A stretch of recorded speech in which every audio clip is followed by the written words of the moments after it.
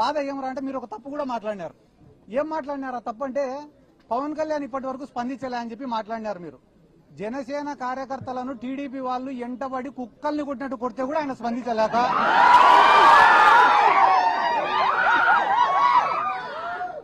కుక్కల్ని కొట్టినట్టు ఆ వీధిలో చొక్కాలు చింపి కొడితే కూడా పవన్ కళ్యాణ్ స్పందించలే.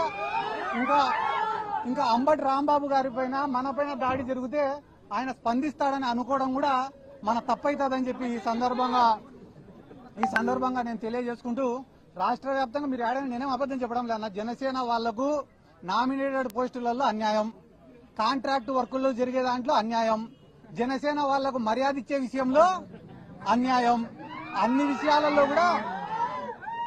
విషయాలలో వాళ్ళు నెత్తిన వరకు కొట్టుకుంటా అంటే కూడా ఈ పవన్ కళ్యాణ్ స్పందించుకోవడం లేదు.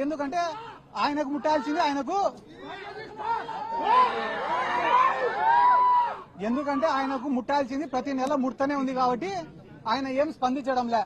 కానీ మీకు అందరికీ అర్థమయ్యేలాగా చెప్పాలంటే ఒక విషయం చెప్తా, గుర్తుపెట్టుకోండి. చంద్రబాబు నాయుడు గారు ఈడ పవన్ కళ్యాణ్, లోకేష్ ఇద్దరు కూర్చొని ఉంటే 3 వస్తువులు ఇచ్చినాడంట పంచుకోమని చెప్పి. ఒక దుప్పటి ఇచ్చినాడంట, ఒక చెట్టు ఇచ్చినాడంట, 3వది ఒక ఆవుని ఇచ్చినాడంట. మీరిద్దరు పంచుకోండి రా ఆస్తులు అని చెప్పినాడంట. చెప్తేనే లోకేష్ ఏమన్నాడంట, అన్నా 2 నిమిషాలు అయిపోయినాక నీ ఇష్టం, 2 నిమిషాలు.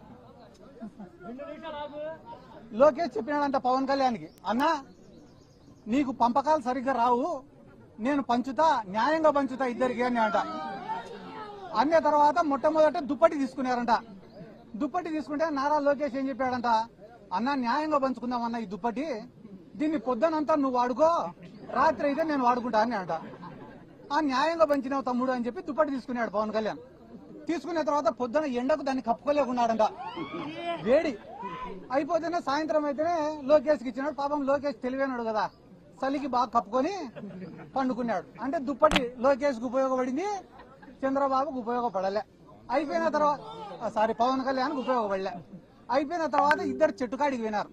చెట్టుకాడికి పోతే మళ్ళా లోకేష్ వచ్చి, అన్న ఇది కూడా న్యాయంగా పంచుతానా, నేను అధర్మం పాటించాను అని చెప్పి, చెట్టు పై భాగం అంతా నేను తీసుకుంటా, కింది భాగం అంతా నువ్వు తీసుకొని నాన్న అంట. అంటే చెట్టుకు నీళ్లు పోసేదంతా పవన్ కళ్యాణ్, వచ్చిన పండ్లు తినేదంతా లోకేష్. అయిపోయిన తర్వాత మళ్ళా 3వది ఆవు కాడికి వినారట.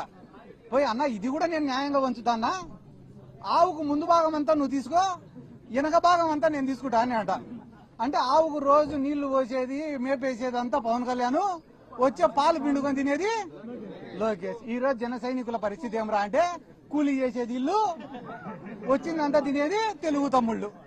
కాబట్టి తెలుగుదేశం వాళ్ళకే, జనసేన వాళ్ళకే గతి లేనప్పుడు మన పైన దాడి పైన వీళ్ళు స్పందిస్తారు అనుకోవడం మన మూర్ఖత్వం. ఎందుకంటే చంద్రబాబు నాయుడు అనే వ్యక్తికి ఈ రాష్ట్రంలో ఎవడైనా ఏలెత్తి చూపించినా, ప్రశ్నించినా నచ్చదు.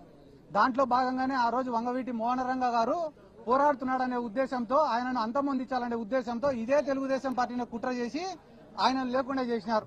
అయిపోయిన తర్వాత కాపు సామాజిక వర్గం కోసం ముద్రగడ పద్మనాభం గారు అంత పెద్ద పోరాటం చేస్తే ఆయనను ఆయన కుటుంబ సభ్యులపైన దాడి చేసి అవమానించి ఆయన మనసును గాయపరిచేలా చేసింది కూడా ఇదే చంద్రబాబు నాయుడు గారి ప్రభుత్వమే. ఆ రోజు హైదరాబాద్ బషీర్బాగ్ లో విద్యుత్ ఛార్జీల పెరుగుదల పైన పేదవాళ్ళందరూ ఉద్యమానికి పోతే ఎట్లా ఉద్యమం చేస్తారని చెప్పి వాళ్ళపైన కాల్పులు చేసి చంపింది ఇదే చంద్రబాబు నాయుడు గారే. కాబట్టి ఈ రాష్ట్రంలో ఆయనకు ఎవరు కూడా ఎదురు తిరగకూడదు, ఎదురు మాట్లాడకూడదు. ఎవరైనా ఎదురు మాట్లాడితే ఎంత పెద్దవాళ్ళైనా లేదా పూర్తి మైనర్లైనా ఎవరిని కూడా వాళ్ళు ఇడిచిపెట్టారు, వాళ్ళపైన కక్ష సాధింపు చర్యలు చేస్తారు. అందరి జోలికి పోయినారన్నా ఏం బాధ లేదు, మేము తిరిగి వస్తాం, పోరాడతాం, జగన్ సార్ని ముఖ్యమంత్రిని చేసుకుంటాం.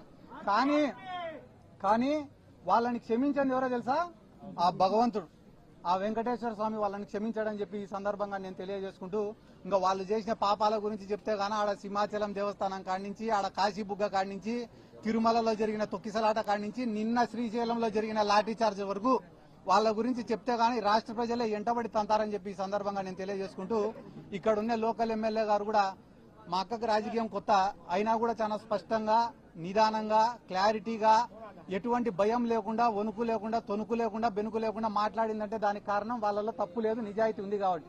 అవతల పక్క ఉన్నామని నేను ఇప్పటి వరకు వారం రోజులు చూడబట్టి టెన్షన్ తప్ప ఏం లేదు. అంటే అతి త్వరలో నాకెందుకో అంబటి రాంబాబు అన్న దగ్గరకు వస్తారు 3 ఏళ్ళు అయిపోతేనే. మాదేం తప్పు లేదు, ఏదో చంద్రబాబు నాయుడు చెప్తే చేసినామనో లోకేష్ చెప్తే చేసినాడు అని. ఆ రోజు మీ ఇష్టం క్షమిస్తారో లేదో అది కూడా మీకు ఇష్టం అని చెప్పి